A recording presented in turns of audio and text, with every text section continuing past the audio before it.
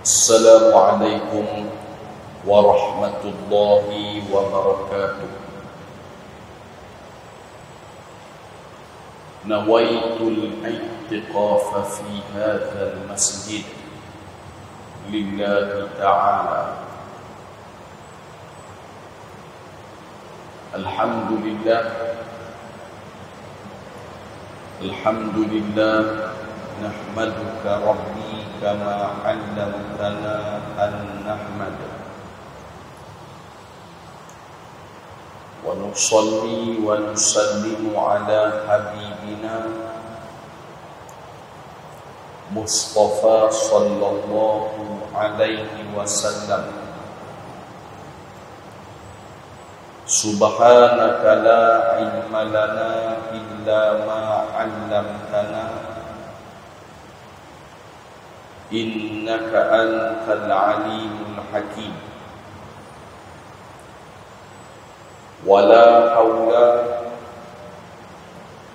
wala quwwata illa billahil aliyyil azim. Amma ba'd.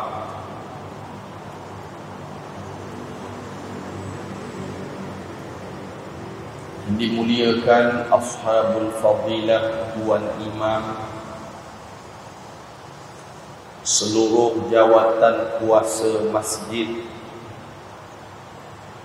tuan-tuan sidang jamaah yang dimuliakan oleh Allah Subhanahu wa ta'ala.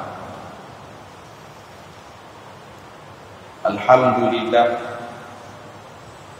pertamanya dan seterusnya,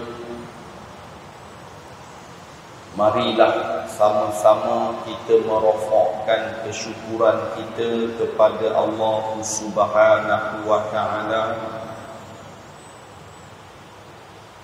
di atas nikmat yang tidak terhitung hebatnya. Nikmat iman dan Islam, sekaligus kita yang hadir pada hari ini di rumah Allah, di masjid, pada 10 hari terakhir Ramadan, sama ada siang maupun malam, kita mari ke masjid ni, kita jangan lupa niat i'tikaf.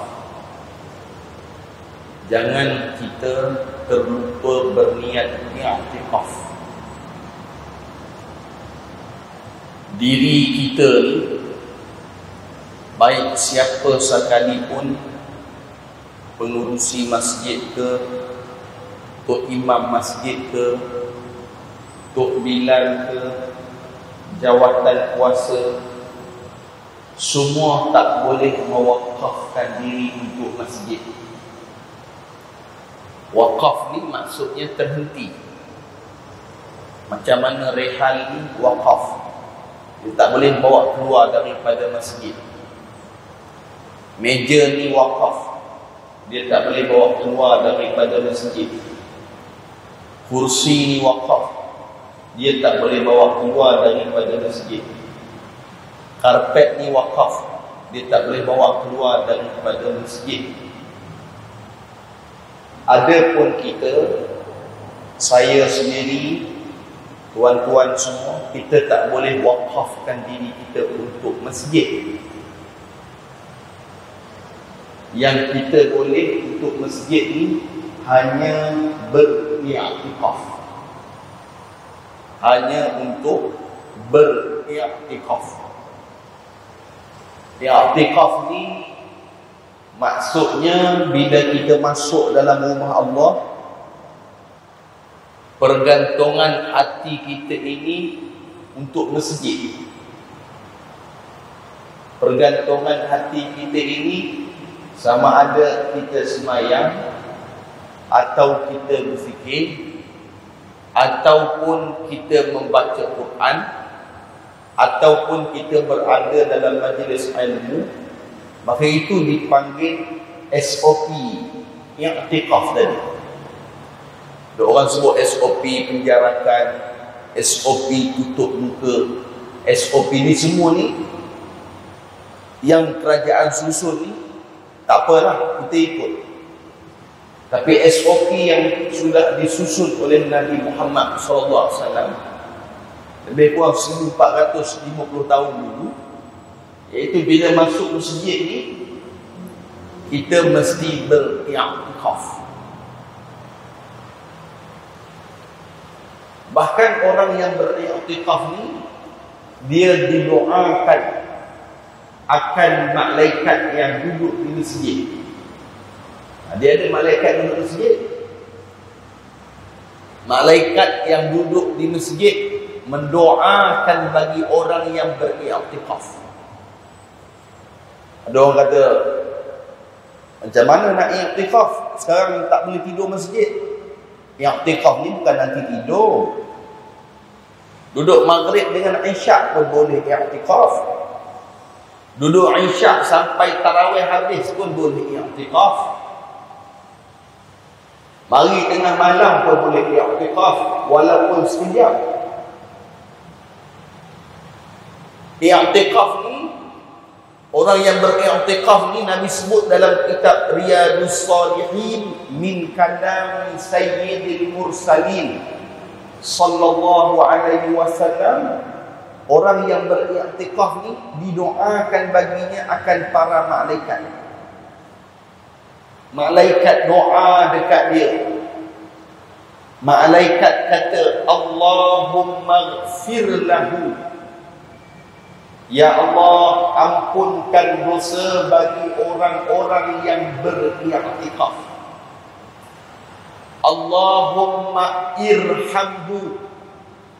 Ya Allah, rahmatikan bagi orang-orang yang beriktikaf. Allahumma tub alaihi.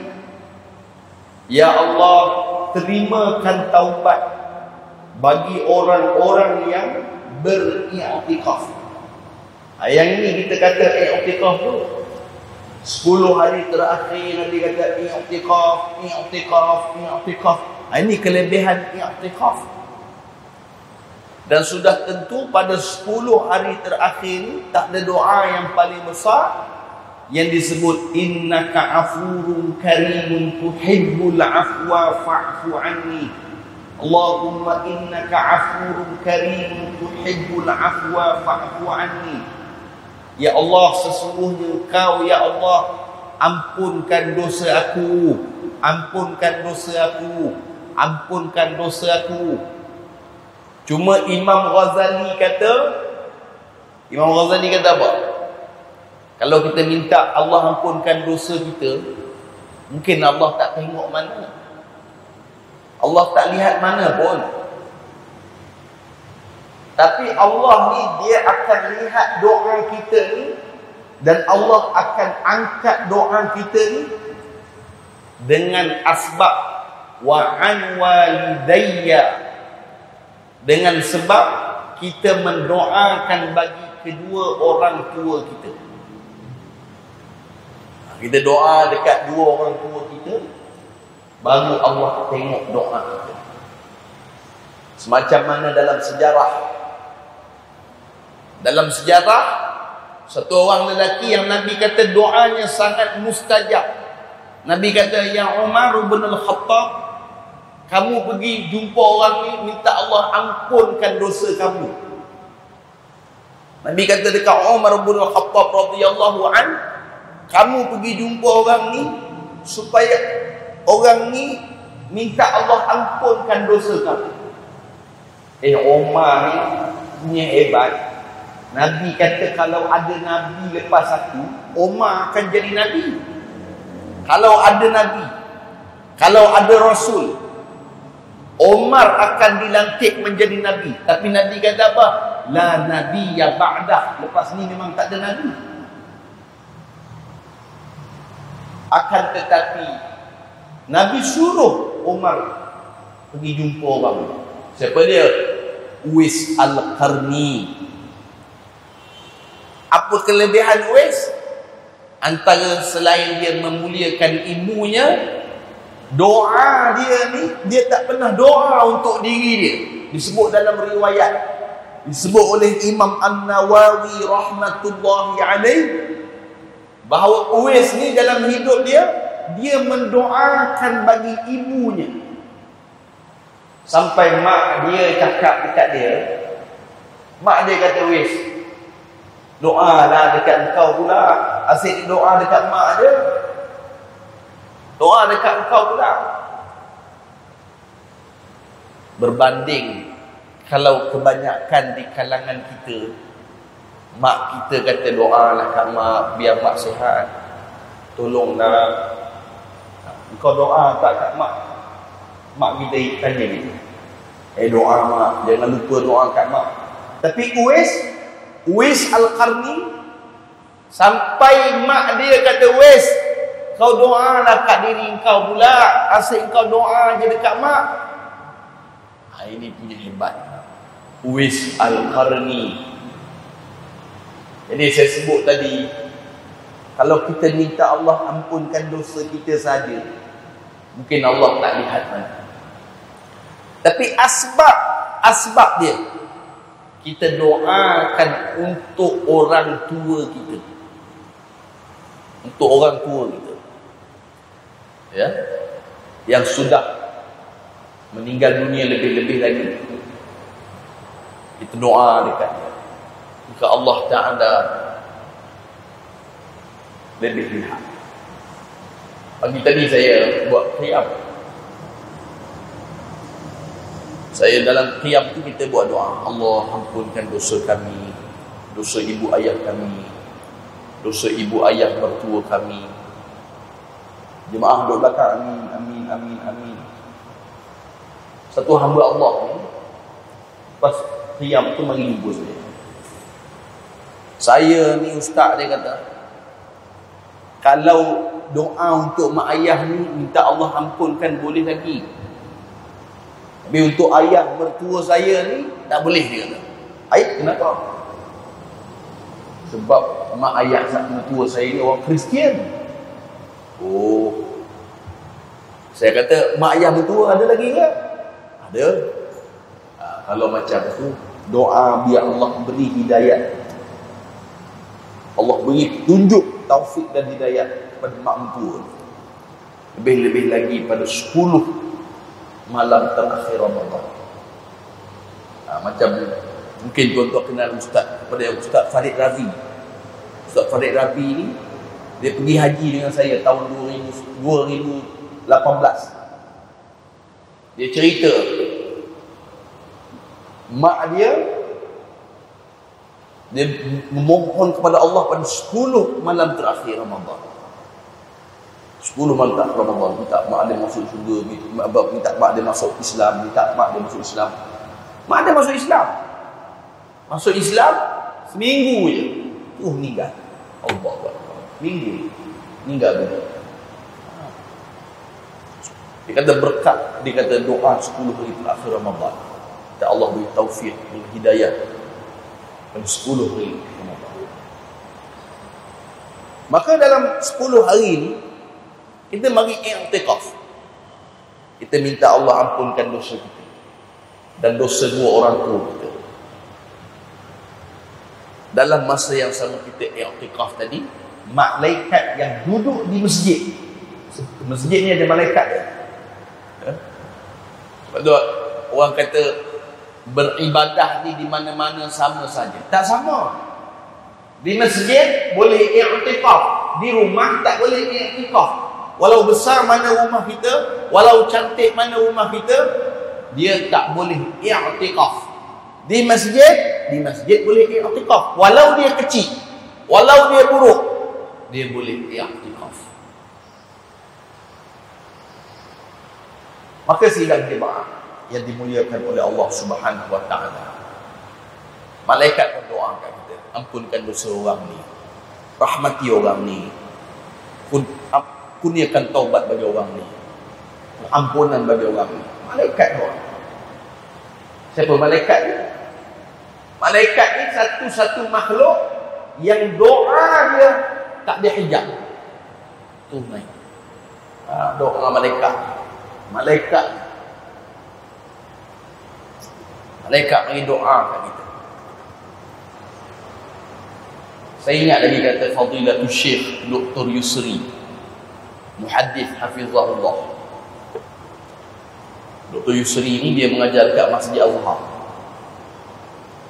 Dia kata, kalau sebut rukun iman ni, arkanul iman sittah, an tu'mina billah, beriman pada Allah, wa malaikatih, beriman pada malaikat, wa kutubih, pada kitab, wa rusulih, pada rasul, wal yaumil akhir, pada hari akhirat, wa tu'mina bil qadri khairi wa syarrih, dan beriman pada qada dan qadar. Beriman pada Allah, beriman, mari semayang, baca Quran, zikir, tahmid.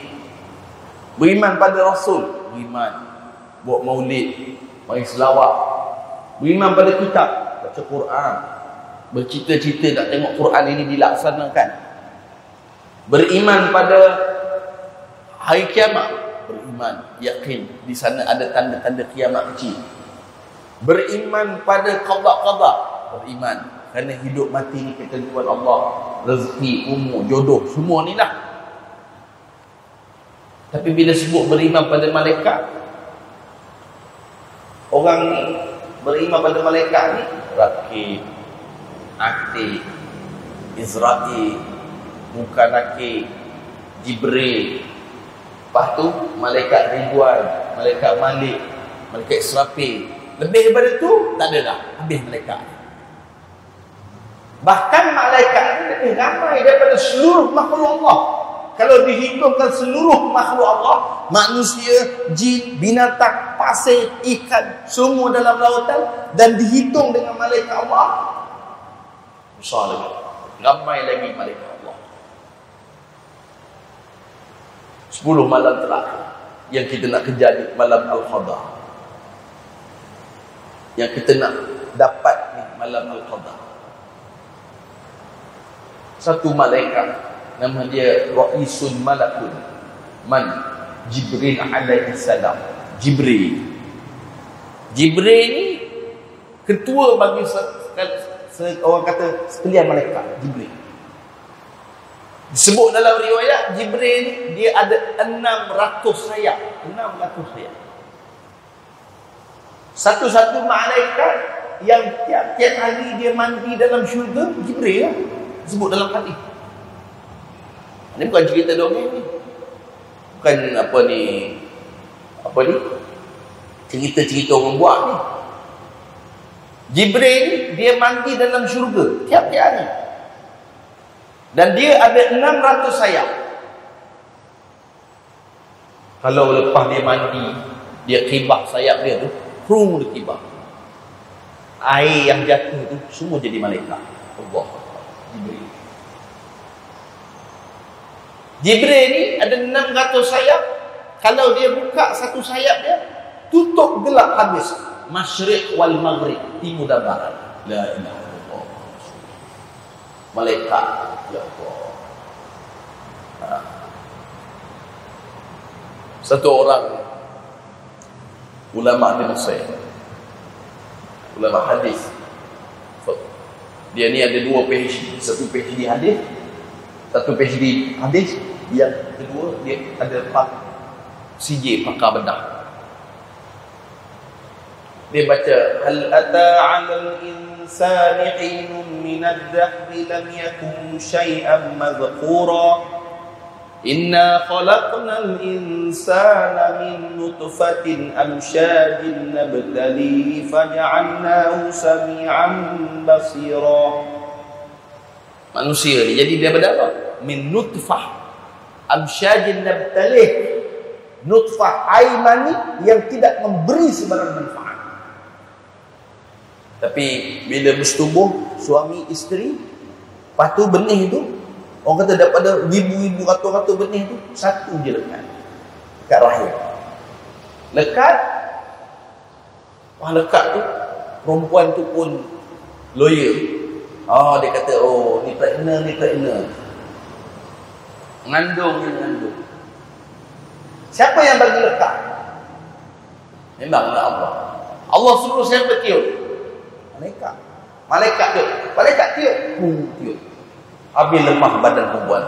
muntak, loya dan sebagainya. Kalau orang ahlul ilmi, dia kata Allah kesan tiupan malaikat dekat rahim dia, lemah badannya.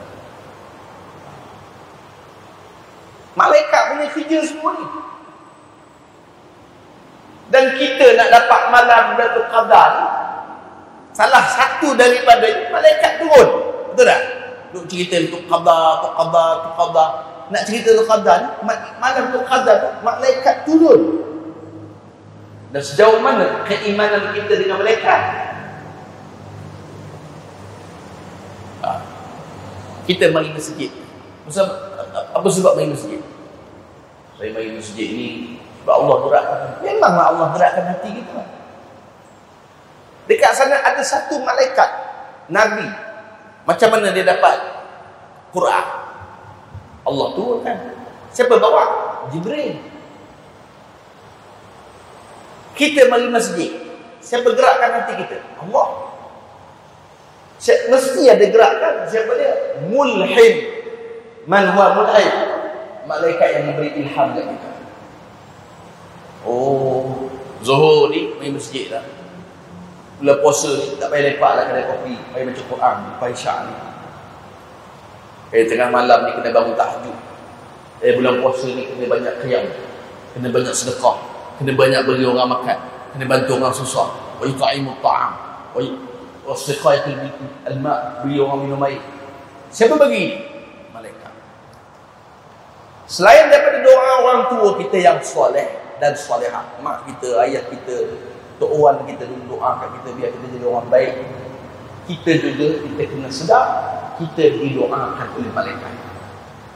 Malaikat tanazzalul malaikatu warruhu fi tanazzalul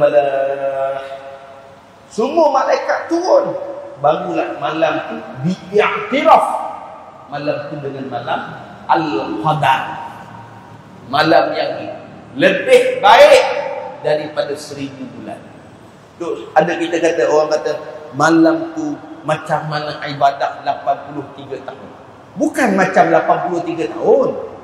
Quran tak tentukan. Quran kata khairun min alfi syahr, lebih baik daripada 1000 bulan. Mungkin 1500, mungkin 2000, mungkin 3000, mungkin 4000. Macam mana?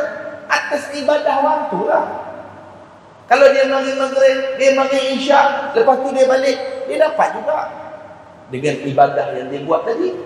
Dia mari maghrib, dia mari isyak, dia mari tarawih, dia mari witir, lepas tu dia balik, dapat dengan tahap macam tu. Dia mari maghrib, dia mari isyak, dia mari tarawih, dia mari witir, dia mari qiyam, dia sedekah lagi, dia baca Quran lagi. Lain pula dia punya darajat dia. Dia orang tak tahu, oh malam tu Al-Qadar ni yang kita duduk kerja tu, iktiraf resminya, officialnya, malaikat turun. Malaikat. Hubungan pun tak baik dengan malaikat. Macam mana nak baik hubungan dengan malaikat? Masjid pun tak bagi. Masjid pun tak bagi. Ada orang saya ni, saya cerita sini. Saya ada usahakan satu pusat tahfiz di PJ. Di pusat tahfiz Al-Quran di Kampung Tumpu, PJ. Orang telefon kita, Ustaz, boleh tak nak guna budak tahfiz? Untuk apa? Untuk jadi imam tarawih kat rumah saya. Tak pergi sembahyang masjid. Saya Ustaz, setahun dah tak pergi masjid dah. Kenapa tak pergi? Covid ni tak?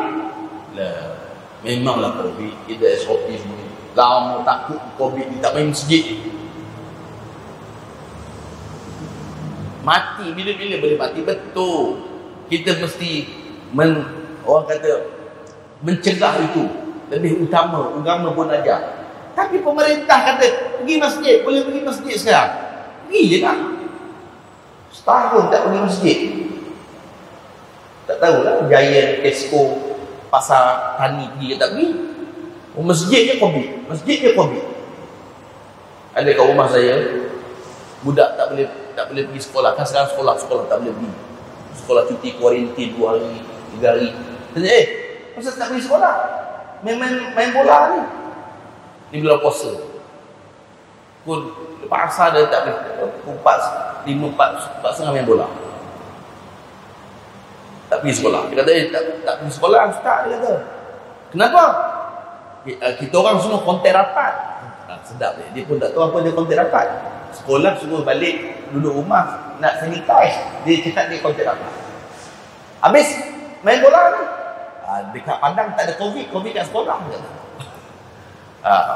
Kita kena i'tiqad covid tak ada kat masjid, insya-Allah. Wabak tak ada kat masjid. Orang masjid semua jaga SOP, insya-Allah. Tempat lain kita tak tahu. Kerana kita berpandukan dengan hadis Nabi SAW. Nabi kata, al-masjidu mahfuzun. Nabi kata, masjid ini Allah pelihara. Wa ahluha mahfuzah. Nabi kata, dan ahli-ahlinya Allah pelihara. Itu disebut dalam hadis. Al-masjidu maimun wa ahluha maimunah. Masjid itu sangat tuahnya dan bertuah bagi ahlinya. Allah. Hadis. Siapa lebih tepat? Perkataannya, bacaannya, keyakinannya, melainkan datangnya daripada Nabi Muhammad sallallahu alaihi wasallam. Nabi tak pernah tipu, Nabi tak pernah dusta, Nabi tak pernah kecewakan kita. Apa sahaja perkataan daripada Nabi semua menggembirakan kita. Sidang jemaah yang dimuliakan oleh Allah Subhanahu wa taala. Maka kita sebut tadi, jangan kita kata malam tu qada, tapi kita sendiri dengan orang yang merasmikan malam tu qada tu, makhluk yang merasmikan malam tu qada tu, siapa dia sebut tadi? Malaikat. Tiba-tiba kita dengan malaikat pun yakin, beriman dengan malaikat. Tapi setakat tu je lah. Raqib, Atid, Jibril, Israel, Kanaki, Malik, Ridwan, apa dia, Israfil. Lebih daripada tu tak ada. Dan kita kena yakin mari masjid ni berkat malaikat. Kalau kita kata berkat orang alim, betul, ada berkat orang alim. Berkat orang tua kita dulu, berkat mak ayah kita, berkat orang-orang soleh. Dan kita jangan lupa di sana ada berkat malaikat kepada kita. Allah murahkan rezeki kita. Walau orang kata susah Covid ni, Allah susahnya Covid ni, ekonomi merudum, tapi kita tak mati pun. Boleh makan nasi macam biasa, boleh makan ayam macam biasa, boleh makan kambing macam biasa. Apa sahaja rezeki kita? Alhamdulillah. Malaikat doa untuk kita, tolong pelihara orang ni. Orang ni ahli masjid. Sebagaimana Nabi kata, al-masjidu mahfuz. Masjid itu terpelihara dan ahli-ahlinya terpelihara, insya-Allah. Jadi saya rasa cukup sekadar saja pada tengah hari ini. Saya doakan ayah-ayah semua dapat direzekikan malam Qadar. Bukan mencari tak jumpa. Cari malam tadi 21, malam ni 22, hari 22 malaikat tak turun. Malam 3 turun pula. 24 tak turun. 25 turun. 26 tak turun. 27 turun. Dia pula belanja dua malaikat. Nampak? Nabi suruh hidupkan 10 malam terakhir. 20, 21, 22, 23, 24. Dan ayah-ayah semua, tuan-tuan semua, hidupkan 10 malam terakhir ni kalau boleh, maaf saya sebut, di masjid, di surau, kerana ibadah itu tak sama di rumah kita. Sebab itu 10 malam terakhir Nabi suruh isteri-isterinya pergi masjid. Walaupun isteri Nabi pun Nabi suruh i'tikaf di masjid. Sebab nak dapat doa malaikat. Jelas kan? Jadi saya rasa cukup sekadar itu saja pada tengah hari ini. InsyaAllah ada rezeki, ada umur, ada kesempatan kita bertemu masa akan datang.